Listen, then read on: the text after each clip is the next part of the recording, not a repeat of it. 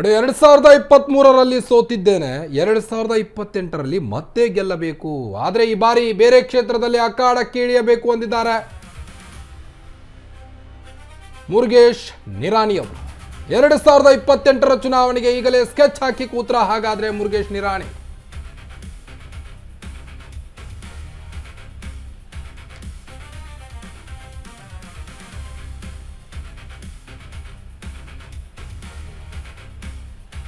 ಎರಡು 2023ರಲ್ಲಿ ಸೋತಿದ್ದೇನೆ ವಿಧಾನಸಭಾ ಎಲೆಕ್ಷನ್ನಲ್ಲಿ. ಈಗ 2028ರ ವಿಧಾನಸಭೆಯನ್ನ ಗುರಿಯಾಗಿಸಿಕೊಂಡಿದ್ದಾರಂತೆ ಮುರುಗೇಶ್ ನಿರಾಣಿ ಅವರು. ಈ ಬಾರಿ ಬೇರೆ ಕ್ಷೇತ್ರದಲ್ಲಿ ಅಖಾಡಕ್ಕೆ ಇಳಿತೇನೆ, ಗೆಲ್ತೇನೆ ಅನ್ನೋ ವಿಶ್ವಾಸವನ್ನು ವ್ಯಕ್ತಪಡಿಸಿದ್ದಾರಂತೆ.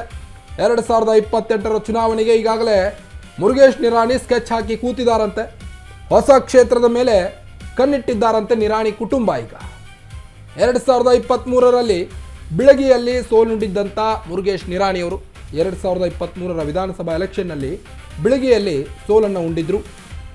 ಮುಂದೆ ಡಿಲಿಮಿಟೇಷನ್ ಜೊತೆ ಮೀಸಲಾತಿ ಸಿಗುವಂಥ ಸಾಧ್ಯತೆ ಕೂಡ ಇದೆ. ಬಿಳಗಿ ಮೀಸಲು ಕ್ಷೇತ್ರ ಆಗುವಂಥ ಸಾಧ್ಯತೆ ಇದೆ. ಹೆಚ್ಚಿದ ನಿರೀಕ್ಷೆ ಈಗ ಬಿಳಗಿ ಕ್ಷೇತ್ರದ ಮೇಲೆ. ಹೀಗಾಗಿ ಬೇರೆ ಕ್ಷೇತ್ರದ ಮೇಲೆ ಈಗ ಮುರುಗೇಶ್ ನಿರಾಣಿ ಅವರು ಕಣ್ಣಿಟ್ಟಿದ್ದಾರಂತೆ. ಹಾಗಾದರೆ 2023ರ ಸೋಲಿನ ಒಂದು ಕಹಿಯನ್ನು ಮರೀಲಿಕ್ಕೆ 2028ರ ಎಲೆಕ್ಷನನ್ನು ಗುರಿಯಾಗಿಸಿಕೊಂಡ್ರ. ಈಗಾಗಲೇ ಬಿಳಗಿ ಕ್ಷೇತ್ರ ಡಿಲಿಮಿಟೇಷನ್ ಜೊತೆ ಮೀಸಲಾತಿ ಹೆಚ್ಚಾಗುವಂಥ ಸಾಧ್ಯತೆ ಇದೆ, ಸಿಗೋ ಸಾಧ್ಯತೆ ಕೂಡ ಜಾಸ್ತಿ ಇದೆ. ಬಿಳಗಿ ಮೀಸಲು ಕ್ಷೇತ್ರ ಆಗುವಂಥ ಸಾಧ್ಯತೆ ಇದೆ. ಹೀಗಾಗಿ ಬಿಳಗಿ ಬಿಟ್ಟು ಬೇರೆ ಕ್ಷೇತ್ರದಲ್ಲಿ ನಿಲ್ಲೋಕೆ ಈಗಾಗಲೇ ಮುರುಗೇಶ್ ನಿರಾಣಿ ಅವರು ರೆಡಿಯಾಗಿದ್ದಾರೆ. 2028ರ ಎಲೆಕ್ಷನ್ನ ಗುರಿಯಾಗಿಸಿಕೊಂಡಿದ್ದಾರೆ. ಈಗ ಹಾಗಾದರೆ ಹೊಸ ಕ್ಷೇತ್ರದ ಮೇಲೆ ಕಣ್ಣಿಟ್ಟಿದ್ದಾರೆ ಮುರುಗೇಶ್ ನಿರಾಣಿ. ಬಾಗಲಕೋಟೆ ಕ್ಷೇತ್ರದ ಮೇಲೆ ಮುರುಗೇಶ್ ನಿರಾಣಿ ಅವರು ಕಣ್ಣಿಟ್ಟಿರುವಂಥದ್ದು ಇಲ್ಲಿ ಕಾಣ್ತಾ ಇದೆ.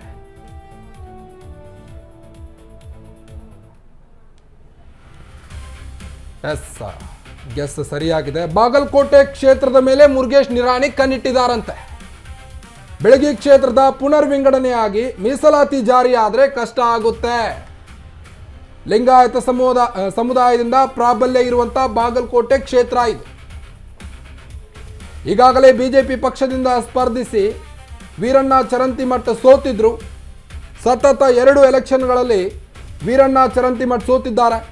ಅತ್ತ ಬಿಜೆಪಿ ಪಕ್ಷದಲ್ಲಿ ಲಿಂಗಾಯತ ಸಮುದಾಯದ ನಿರಾಣಿ ಪ್ರಾಬಲ್ಯವನ್ನು ಹೊಂದಿದ್ರು. ತಮಗೆ ಬೇಕಾದ ಕ್ಷೇತ್ರದಲ್ಲಿ ಟಿಕೆಟ್ ತರಬರಲು ಮುರುಗೇಶ್ ನಿರಾಣಿ ಮುಂದಾಗಿದ್ದಾರೆ. ಈಗ ಬೆಳಗಿಗೆ ಮೀಸಲಾತಿ ಆದರೆ ಮೊದಲು ಬಾಗಲಕೋಟೆ ಮೇಲೆ ಕಣ್ಣಿಟ್ಟಿದ್ದಾರಂತೆ. ಇಲ್ಲವಾದಲ್ಲಿ ಜಮಖಂಡಿ ಕ್ಷೇತ್ರದಲ್ಲಿ ಸ್ಪರ್ಧೆ ಮಾಡಲು ನಿರಾಣಿ ಈಗಾಗಲೇ ಸಿದ್ಧತೆಯನ್ನು ನಡೆಸಿದ್ದಾರೆ ಅನ್ನೋದು ಸದ್ಯಕ್ಕೆ ತಿಳಿದು ಬರುತ್ತಿರುವಂತಹ ಮಾಹಿತಿ. ಬಿಜೆಪಿ ರಾಜ್ಯಾಧ್ಯಕ್ಷರ ಟಾಸ್ಕ್ ಅನ್ನು ಕೂಡ ಪಾಲಿಸುತ್ತಿದ್ದಾರೆ ಒಂದು ಕಡೆ ಮುರುಗೇಶ್ ನಿರಾಣಿ ಅವರು. ನಾಗೇಂದ್ರ ವಿರುದ್ಧ ಹಮ್ಮಿಕೊಂಡಿದ್ದ ಪ್ರತಿಭಟನೆಗೆ ನಿರಾಣಿ ನೇತೃತ್ವವನ್ನು ವಹಿಸಲಿದ್ದಾರಂತೆ. ರಾಜಕೀಯ ಚದುರಂಗ ಆಟದಲ್ಲಿ ಮುರುಗೇಶ್ ನಿರಾಣಿ ಚತುರರು. ಒಂದು ಕಡೆ ಕಣ್ಮರೆಯಾಗಿದ್ದಂಥ ಮುರುಗೇಶ್ ನಿರಾಣಿ ಅವರೀಗ ಮತ್ತೆ ಮುನ್ನೆಲೆಗೆ ಬಂದಿದ್ದಾರೆ. ಅದು 2028ರ ಎಲೆಕ್ಷನ್ನಲ್ಲಿ ಗೆಲ್ಲುವ ವಿಶ್ವಾಸದೊಂದಿಗೆ 2028ರ ಚುನಾವಣೆಗೆ ಈಗಾಗಲೇ ಸ್ಕೆಚ್ ಹಾಕಿ ಕೂತಿದ್ದಾರಂತೆ ಮುರುಗೇಶ್ ನಿರಾಣಿ ಅವರು. ಇನ್ನು ರಾಯಚೂರು ಟು ಬಳ್ಳಾರಿ ಪಾದಯಾತ್ರೆಗೆ ಬಿ ನಾಗೇಂದ್ರ ರಾಜೀನಾಮೆ ಕುರಿತು ಈಗಾಗಲೇ ಬಿಜೆಪಿ ನಾಯಕರು ಪಾದಯಾತ್ರೆಯನ್ನು ಹಮ್ಮಿಕೊಂಡಿದ್ದಾರೆ. ಈ ಪಾದಯಾತ್ರೆಯ ನೇತೃತ್ವವನ್ನು ಮುರುಗೇಶ್ ಅವರು ವಹಿಸಿಕೊಳ್ಳಲಿದ್ದಾರೆ ಅನ್ನೋದು ಕೂಡ ಇಲ್ಲಿ ತಿಳಿದು ಬರ್ತಾ ಇದೆ.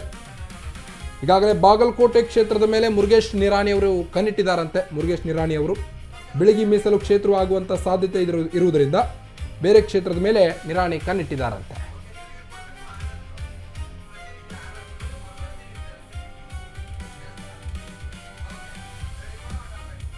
ಬನ್ನಿ, ನಮ್ಮ ಪ್ರತಿನಿಧಿ ಆನಂದ್ ಈ ಬಗ್ಗೆ ಮಾತನಾಡಿದ್ದಾರೆ. ಏನು ಹೇಳಿದ್ದಾರೆ ಕೇಳ್ಕೊಂಬರೋಣ ಬನ್ನಿ.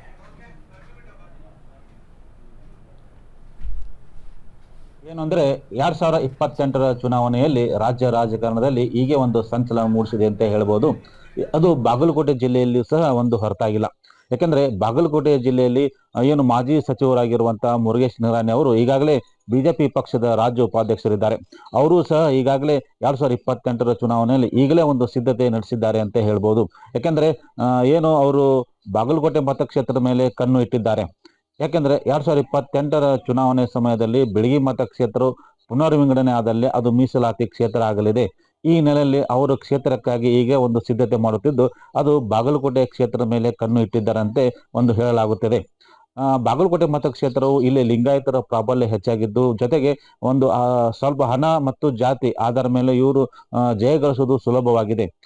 ಈಗಾಗಲೇ ಬಿಜೆಪಿ ಪಕ್ಷದ ಏನು ಅಭ್ಯರ್ಥಿಯಾಗಿರುವಂತಹ ವೀರಣ್ಣ ಚರಂತಮಠ ಅವರು ಕಳೆದ 3 ಬಾರಿ ಚುನಾವಣೆಯಲ್ಲಿ ಸೋತ ಹಿನ್ನೆಲೆ ಮತ್ತೆ ಬೇರೆಯವರಿಗೆ ಏನೋ ಒಂದು ಟಿಕೆಟ್ ನೀಡಬೇಕೆಂಬ ಇಚ್ಛೆ ಆದಲ್ಲಿ ಅದು ಮುರುಗೇಶ್ ನಿರಾಣಿ ಅವರಿಗೆ ನೀಡುವಂತ ಸಾಧ್ಯತೆ ಇದೆ.